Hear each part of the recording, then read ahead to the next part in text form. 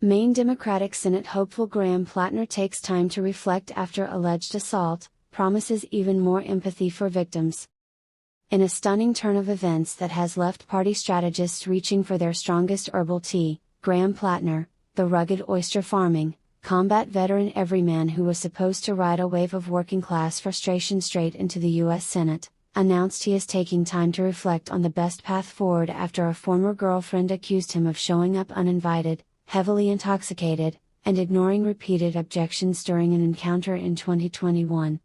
Plattner, ever the gentleman of the people, categorically denied the claims while emphasizing his deep commitment to dignity for all Mainers. Sources close to the campaign described the reflection period as intense and very therapeutic, involving long walks along the rocky coast, journaling about toxic masculinity, but only the other guys, and possibly consulting a shaman who specializes in rebranding. Graham has always fought for those who feel powerless, said one aide, adjusting his pronouns pen. Now he's just asking for the same grace he extends to everyone else when things get a little complicated. A man of the people, except when the people are his exes. Plattner rose to prominence as the ultimate anti-elite warrior, a Marine who shucks oysters by day and shames billionaires by night. His primary victory was hailed as a triumph for authenticity over polished insiders.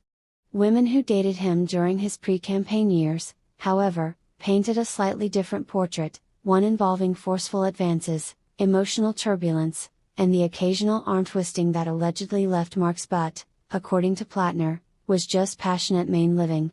One ex described Plattner as charming at first, then suddenly grabbing her pelvis with the same vigor he uses to pry open bivalves. He was really forceful, she recalled, in what campaign surrogates immediately dismissed as a desperate smear from the oyster lobby. Plattner responded by doubling down on his platform: free healthcare, taxing the rich, and reminding everyone that personal responsibility is for thee but not for me when it's an election year. Democrats, who spent years lecturing the nation about believing all women, except when the woman is accusing one of their own, sprang into action. Top party figures began pulling endorsements faster than Plattner could say categorically false. Some suggested he drop out before the July 13 deadline, while others whispered about finding a safe replacement who hasn't yet been accused of turning a romantic evening into an uninvited home invasion. "This is devastating," moaned one strategist. "We were this close to flipping the seat with our authentic, salt-of-the-earth candidate. Now we're stuck explaining why Believe Women has an asterisk the size of Susan Collins' voting record." The path forward: more reflection, fewer allegations. In his statement, Plattner struck the perfect balance of contrition and combativeness. "These allegations are troubling, serious, and false. Any accusation of non-consensual behavior is categorically untrue." He then pivoted seamlessly to his vision for Maine, where everyone is treated with dignity, especially after a few drinks and a surprise visit. Insiders say the reflection could last until the last possible moment to stay on the ballot, giving him time to listen, learn, and maybe delete a few more old Reddit posts. Meanwhile, Republicans are reportedly popping champagne while pretending to clutch pearls.